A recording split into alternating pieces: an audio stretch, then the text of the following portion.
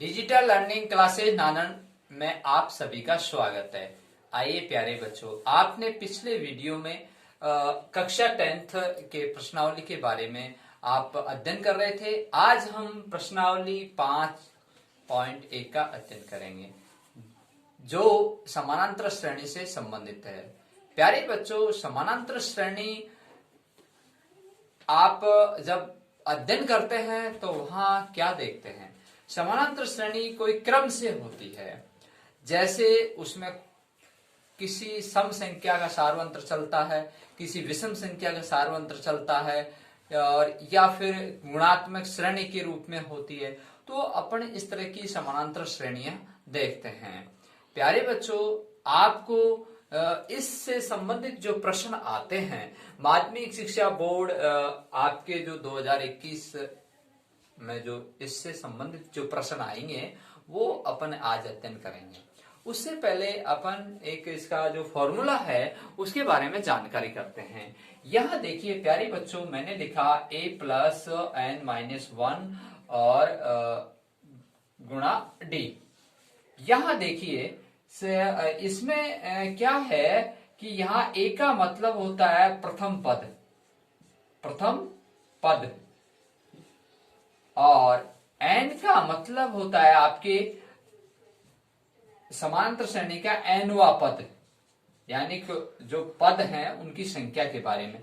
और d का मतलब होता है यहाँ सार्वअंतर। ठीक है, सार्वअंतर। आपको यहाँ प्रश्न देता हूं, प्रश्न नंबर 1 जो आपके बोर्ड एग्जाम में भी आया हुआ है और अपन उसको समझते हैं। यहां लिखा 2, 7 और 12 और आगे लिखा इसका 11वां पद ज्ञात करें। प्यारे बच्चों, बहुत अच्छा प्रश्न है। 2, 7, 12 इसका 11वां पद ज्ञात करें। देखिए कैसे ज्ञात करना है। यहां सबसे पहले अपन को जो ये फॉर्मूला लिखा था, तो मैंने लिखा a प्लस n माइनस 1 गुणा d। ठीक है, और ये ब्रैकेट है क्योंकि यहाँ गुणा है ना। तो यहाँ देखिए a का मतलब प्रथम पद है, n का मतलब nवां पद जो समानांतर श्रेणी में जो nवां पद है वो है, और d का मतलब सार्वंत्र है। तो प्यारे बच्चों, आपने यहाँ हल लिखा और यहाँ ये सूत्र लिखा a प्लस n माइनस 1, इसको कोष्ठक लगा दो और ये d। ठीक है, अब यहाँ a है, जो a का मतलब होता है समानांतर श्रेणी का प्रथम पद, समानांतर श्रेणी का प्रथम पद, और n का मतलब होता है समानांतर श्रेणी में जो पदों की जो संख्या है, यानी कि जो पद पूछा गया है समानांतर श्रेणी में पदों की संख्या पूछी गई, संख्या कितनी है ना, वो संख्या है। और यहाँ d का मतलब होता है कि समानांतर श्रेणी में जो क्या अंतर चल रहा है वो सार्वंत्र बोलते हैं। समांतर श्रेणी में जो सार्वंत्र होता है उसको कहते हैं। ठीक है, तो यहाँ बात ये है। अब आप यहाँ लिख सकते हो कि a बराबर क्या है 2, समांतर श्रेणी का प्रथम पद, तो ये है प्यारे बच्चों। ठीक है, अब प्लस और n का मतलब समांतर श्रेणी पदों की संख्या, तो 2, 7, 12 इसका 11वां पद, तो n का मतलब यहाँ जो पद है nवां जो वो लिखना है, तो वो कौन सा है 11वां, 11 माइनस 1 है। ठीक है, ये सूत्र का। और d का मतलब होता है सार्वंत्र। अब सार्वंत्र कैसे निकालें? सार्वंत्र निकालने का जो सूत्र है वो d बराबर a2 माइनस a1। अब a2 और a1 क्या होते हैं? समानांतर श्रेणी में a1 का मतलब प्रथम पद होता है, a2 का मतलब द्वितीय पद होता है, और a3 का मतलब तृतीय पद होता है। तो सार्वंत्र निकालने का सूत्र a2, तो 7 माइनस 2, तो इसका क्या आ गया प्यारे बच्चों 5, तो यहां अपन 5 लिखेंगे। ठीक है, अब देखिए इसको हल करने का तरीका। सबसे पहले जो आप बोर्ड मास का नियम पढ़ के आए उसके अकॉर्डिंग है, तो यहाँ ब्रैकेट आपने हल किया तो 2 + 10, और प्यारे बच्चों जो ब्रैकेट हल किया तो ये बाहर क्या है, गुणा था 5। ठीक है, तो सबसे बोर्ड मास वाली बात कर रहा हूं, तो यहाँ ये गुणा हल होगा और 2 + 50 और ये जुड़ गया तो 52। तो इसका जो आंसर आया है 52। 52 क्या है, आपसे पूछा 2, 7, 12, इसका 11वां पद ज्ञात करें। तो इसका जो 11वां पद है इस समांतर श्रेणी का 52 आएगा। तो प्यारे बच्चों, इस तरह से आपको एग्जाम के अंदर छोटे छोटे प्रश्न मिलते हैं और उनमें अपन को ये थोड़ी सी चूक हो जाती है।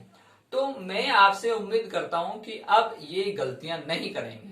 अब अगले बच्चों, अगला प्रश्न नंबर 2, समानांतर श्रेणी 4, 1, -2, -5 के अगले 2 पद लिखिए। प्यारे बच्चों, बहुत अच्छा क्वेश्चन है, ये भी आपके बोर्ड एग्जाम में पूछा गया प्रश्न है। अभी अभी आपने जो पिछला प्रश्न देखा था उसमें 11वां पद ज्ञात करवाया, वो भी बोर्ड एग्जाम में पूछा गया प्रश्न था। अब यहां पर ये प्रश्न आपको समझना है, समानांतर श्रेणी है 4, 1, -2, -5 के अगले 2 पद, यानी इनसे आगे वाले अगले 2 पद लगातार। ठीक है, तो ये साफ लिखा, अगले 2 पद लिखिए। तो प्यारे बच्चों, यहां आपने हल लिखा, ठीक है, और हल लिखने बाद में ये समानांतर श्रेणी लिखी, 4, 1, -2, -5 और ये आगे अगले पद ज्ञात करने। तो अगले पद जब ज्ञात कब होगा, जब इसमें सार्वंत्र निकलेगा। ठीक है, क्योंकि अपन को क्या पता कि कितना अंतर चल रहा है, तो सार्वंत्र का मतलब यहाँ डी होता है और डी का जो सूत्र होता है वो A2 - A1 होता है। और A2 A1 क्या होते हैं, A1 प्रथम पद, A2 द्वितीय पद, A3 तृतीय पद, A4 चतुर्थ पद और A5 इसमें पूछा गया है। तो प्यारे बच्चों, आइए तो यहां हम सार्वंत्र निकाल लेते हैं। A2 1 रखा और माइनस का चिन्ह और ये 4A1 है। तो अब प्यारे बच्चों, मैं इसको हल करूंगा तो माइनस के 3 आएंगे। ठीक है, अब मेरे को A1, A2, A3, A4, A5 निकालना। A5 निकालने के लिए ये फॉर्मूला है। ठीक है, अगला पद, तो इसमें A5 निकालूंगा तो यहां A5 निकालने के लिए, देखिए A5 निकालने के लिए यहां A4 में प्लस D करना है। A5 क्योंकि 1, 2, 3, 4 पद दिए, 5वां पद, तो A5 हो गया ना। तो 5वां पद निकालना है तो A4 में D जोड़ना है। तो A4 यहां इस तरह से -5 और -3। ठीक है, तो आपको यहां प्लस D लिखा हुआ था तो मैं इसको ब्रैकेट में करूंगा और ब्रैकेट को वापस खोलूंगा, प्लस माइनस गुणा करूंगा तो माइनस हो जाएगा। मैंने डायरेक्ट लिख दिया और यहां माइनस माइनस जुड़ जाएगा और 8 आ जाएंगे। कितने आ जाएंगे, माइनस के 8, क्योंकि माइनस माइनस जुड़ जाते हैं और चिन्ह माइनस का ही रहता है। तो ये A5 आ चुका है। अब आपको A6 निकालना है, अगला पद। A6 निकालने के लिए A5 प्लस D करना है। ठीक है, तो A6 निकालोगे तो A5 कितना है, -8 है। और यहां मैं दोबारा समझा देता हूं आपको, और यहां D जो आया है सार्वंत्र वो -3 है। अब प्यारे बच्चों, इस ब्रैकेट को खोलूंगा तो यहां प्लस माइनस करके माइनस हो जाएगा और ये बराबर, और माइनस माइनस जुड़ जाएगा, माइनस के 11 आ जाएंगे। तो ये A6 है। तो प्यारे बच्चों, यहां जो आपसे पूछा गया अगले 2 पद लिखिए। तो पहला पद जो आया है वो -8 था और दूसरा पद जो आया है -11, जो ये इसके आंसर हैं। ठीक है, तो आप यहां भी लिख सकते हो कि -8 और -11। ठीक है, और ये आपके आंसर हैं। ठीक है, दूसरी बात ये है कि प्यारे बच्चों, जब हम ये जानते हैं कि यहां से श्रेणी चल रही है तो यहां 4 आया फिर 1 आया, इसका मतलब इसमें -3 की बाकी हो रही है। -3, -3, -3, -3, -3। ठीक है, तो हम मैंने अभी अभी आपको कहा था कि समानांतर श्रेणी में कोई न कोई सम संख्या, विषम संख्या, प्लस माइनस, इस तरह से गुणात्मक श्रेणी चलती रहती है और उसमें कुछ न कुछ ताल्लुकात रहता है उस श्रेणी के अंदर और उसके आधार पर वो चलती है। तो आपने अभी पिछला प्रश्न समझा, ये प्रश्न समझा, अब अगला प्रश्न देखिए। प्यारे बच्चों, ये प्रश्न देखिए, ये भी आपके बोर्ड एग्जाम में पूछा गया प्रश्न है। प्रश्न क्या है? प्रश्न नंबर 3, 2 अंकों वाली कितनी संख्याएं 3 से विभाज्य हैं? प्यारे बच्चों, 3 का भाग जाना चाहिए और संख्या उसमें इकाई और दहाई होनी चाहिए, यानी 2 अंकों की होनी चाहिए। तो प्यारे बच्चों, अपन जब 3 का पायड़ा बोलते हैं, 3 एकम 3, 3 दूनी 6 और तृतीया 9, तो यहाँ तृतीया 9 है जो 1 अंक है, यानी इकाई है। और जब आप 4 तिया 12 बोलते हैं तो वह 2 अंक हो जाते हैं, इकाई और दहाई। यस, तो यहाँ हल लिखा आपने और यहाँ 3 का पहाड़ा, तो 2 अंकों वाली, तो पहली संख्या 12, फिर 15 और फिर 18 और इस तरह से ये चलती रहेगी। ठीक है, अब यहाँ अंतिम संख्या आपको लिखनी है 2 अंकों की। अब अपन 3 अंक कहाँ आते हैं गिनती में? 3 अंक 100 पे आते हैं, है ना? इकाई, दहाई, सैकड़ों, 3 अंक हो गए। और 99 2 अंक होते हैं, इकाई और दहाई। समझ में आ गई? तो 99 में क्या 3 का भाग जाता है? बिल्कुल, 33 तिया 99, है ना? तो यहाँ लास्ट की जो संख्या है वो 99 है। अब ये आपकी एक समानांतर श्रेणी बनी है। अब प्यारे बच्चों, यहां लिखा है कि ये कितनी संख्याएं हैं जिनमें 3 का भाग जाता है। तो कहने का तात्पर्य यह है कि समानांतर श्रेणी में n व पद, जो यानी n पदों की संख्या पूछी गई है, यानी टोटल कितने पद हैं जो 3 से विभाजित हैं। तो प्यारे बच्चों, इसको जब अपन हल करते हैं तो इसका जो सूत्र है वो यह है a प्लस n-1 और गुणा d। ठीक, तो यहाँ n जो पदों की संख्या है वो आ जाएगी। मैंने लिखा था आपको पिछले प्रश्न में a बराबर होता है प्रथम पद समानांतर श्रेणी का, ठीक है, और n का मतलब होता है पदों की संख्या, पदों की संख्या, ठीक है, और d का मतलब होता है जो समांतर श्रेणी में जो सार्वंत्र होता है वो। ठीक है, ये चीज आपको अच्छी तरह भली भांति आनी चाहिए। ठीक है, अब आपने यहां प्रथम पद लिखा 12, n पदों की संख्या पूछी गई है, पता नहीं, क्वेश्चन मार्क चिन्ह लगा दिया। d का मतलब सार्वंत्र, आपको पता है a2 माइनस a1, तो a2 माइनस a1 यानी कि दूसरा पद में से प्रथम पद घटाना है, तो 15 माइनस 12 बराबर कितने आ गए? 3, तो सार्वंत्र कितना आ गया? 3।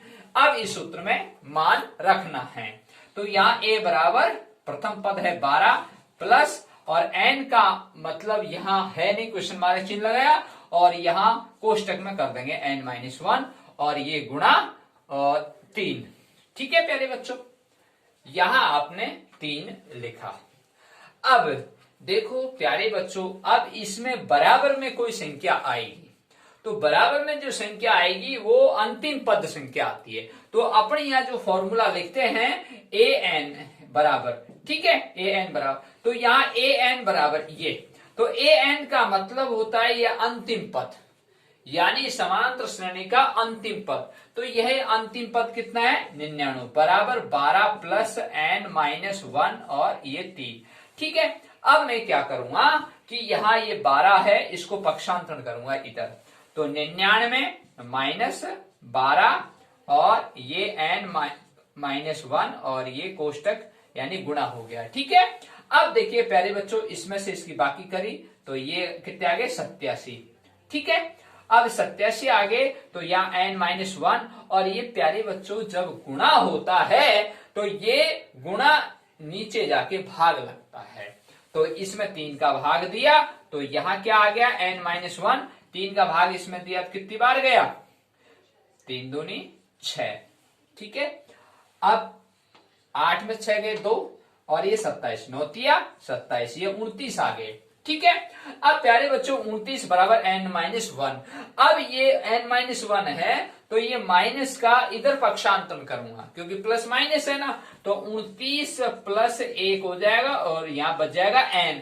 n का मतलब क्या पूछा आपको, पदों की संख्या।